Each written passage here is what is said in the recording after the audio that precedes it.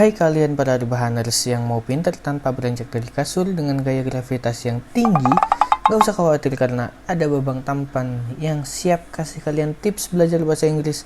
Gak pakai bayar, gak pakai syarat, dan gak pakai micin. So, kali ini kita akan bahas 5 fakta noun yang perlu kalian ketahui. Langsung aja check it bro. Oke, kita mulai dari nomor 1. Tidak semua kata benda berbentuk benda. Yap, ada yang tidak berbentuk tapi berasa. Apaan tuh? Kentutnya si Supri. Basically kata benda dibagi menjadi 2. Yang pertama konkret, yang kedua abstrak. Konkret berarti benda yang bisa kita lihat, raba, tapi jangan diterawang ya. Sedangkan abstrak berarti yang tak berwujud, seperti cintaku padamu. Yeah. Contoh benda konkret ya, ada table, ada bed, ada shoes, ada underwear, atau bahasa Indonesianya itu sem to the park. Ya, sempak. Sedangkan abstrak berarti sesuatu yang tidak berwujud ya, atau biasanya dalam bahasa Indonesia kita kenal dengan awalan ke-an atau pe-an. Contohnya adalah stupidity atau kegoblokan ya, nggak pakai anfaedah. Prosperity atau kemakmuran, beauty atau kecantikan, dan lain sebagainya. Pokoknya yang kean-kean sama pean-pean itu termasuk juga dengan dalam kata benda tapi tidak berwujud, karena kita nggak bisa ngelihat wujud dari kemakmuran kan, atau kecantikan itu sendiri. Terus kalau wajah gimana? Ya wajah, kecantikan. Oke, fakta yang kedua, noun berfungsi sebagai subjek atau objek.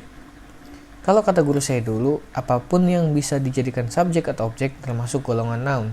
Contohnya adalah the difference is so significant. The different is so significant. Yang benar yang mana? Coba tebak ayo. Dalam hitungan 5, 4, 3, 2, 1. Oke, langsung tebak. Ya, yang benar adalah yang the difference, karena artinya adalah perbedaan. Kenapa yang kedua salah? Karena different berfungsi sebagai kata sifat yang artinya berbeda, sehingga nggak bisa dijadikan sebagai subjek dalam kasus ini. Bambang, ngerti ora? Yang ketiga, noun jika bertemu dengan noun harus dibalik atau dikasih off. Misalnya adalah Universitas Indonesia. Itu kan ada 2 ya, ada universitas, ada Indonesia. Ada 2 kata benda yang berdampingan, jadi cara nyusunnya bisa langsung dibalik. Jadinya adalah Indonesia University, atau dikasih off tanpa dibalik, University of Indonesia. Nah, kalau ada 3, 4, 5 gimana? Ya, kita bahas lain di video terpisah ya. Oke, yang keempat, noun phrase tidak sama dengan kalimat.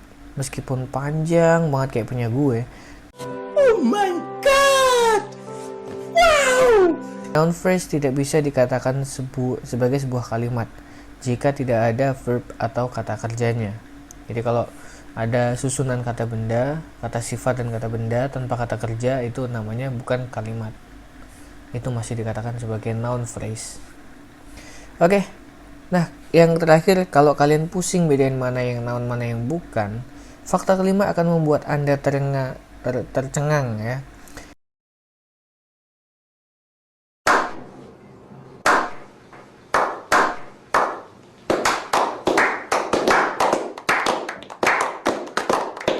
Karena noun bisa dilihat dari akhirannya. Contohnya misalnya belakangnya ada ition-itionnya nih, ada position, ada tuition, dan isin yang lain. Ada anja-anjanya, ada allowance, ada apa lagi ya? Ya itulah pokoknya banyak lah ya. Ada age-agenya, age ya, ada marriage, ada iti-itin, ada curiosity, dan lain-lain. So, segitu aja materi fakta tentang noun yang pasti kalian belum tahu atau malas nyari tahu, makanya nunggu direkap di video ini. Jangan lupa like, comment, and subscribe. Hasta luego.